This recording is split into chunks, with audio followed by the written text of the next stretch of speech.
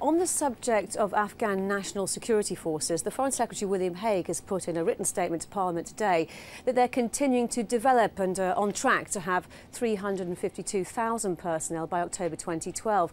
Building up the Afghan National Army is one of the important tasks for the government, Jeff. What have you experienced there? Well, they're everywhere, increasing numbers of Afghan soldiers and police, because building up, particularly the ANA, the army, is a key role, a key demand by the Afghan government. And not far from here, 1,400 new recruits arrived recently at Camp Tombstone. They literally turn up by the plane load, and my colleague Laura Hawkins has been seeing how they're getting on. 200 new Afghan army recruits arrive at Camp Bastion in a civilian aircraft. They've been recruited from all over Afghanistan. As they leave the plane, they have a rabbit caught in the headlights look about them. This is a completely new experience, mixing with other tribe members, flying in a plane and coming face to face with Westerners, especially Western women. Thorough security checks take place before the new arrivals travel to their new home for the next 8 weeks. They're about to start their basic army training course. The ANA training is getting better, and also in the future, so it's getting improved a lot, because most of the people right now, they are happy. They are optimistic of the ANA.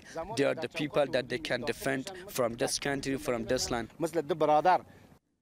Unlike in the UK, where the British Army training course is 6.5 months long, this is an accelerated version to build up the army as quickly as possible. It's the Afghans that instruct, with British troops mentoring when it's needed. The course includes first aid, counter-insurgency, counter-IED, weapon handling, and they also have daily literacy lessons. 2014, the date when combat troops leave here, is now in sight, and it seems to have affected the Afghan National Army. They're stepping up their game, and they're on track now to build a 195,000 strong force by that date. However, there's still criticism that it's built on quantity rather than quality. It's an interesting standpoint. At the end of the day, this is a growing army, and they're progressing forward bit by bit. The standard is increasing.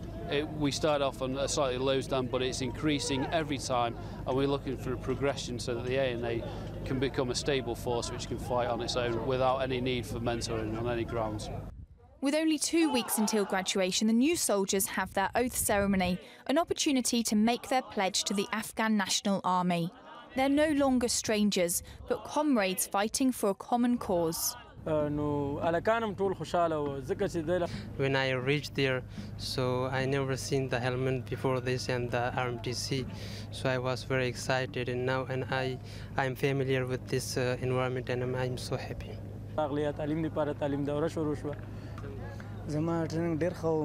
We learned more new things here. Also, they are familiar with the reading and writing. Before this, they don't know about the reading and writing. They were totally illiterate. Now they know something about the trees. Their training will soon be over, and they'll be separated. Some will join the ANA units around Helmand, others will be based here at Camp Tombstone, and the top 200 will complete an NCO course, progressing their career as soon as possible.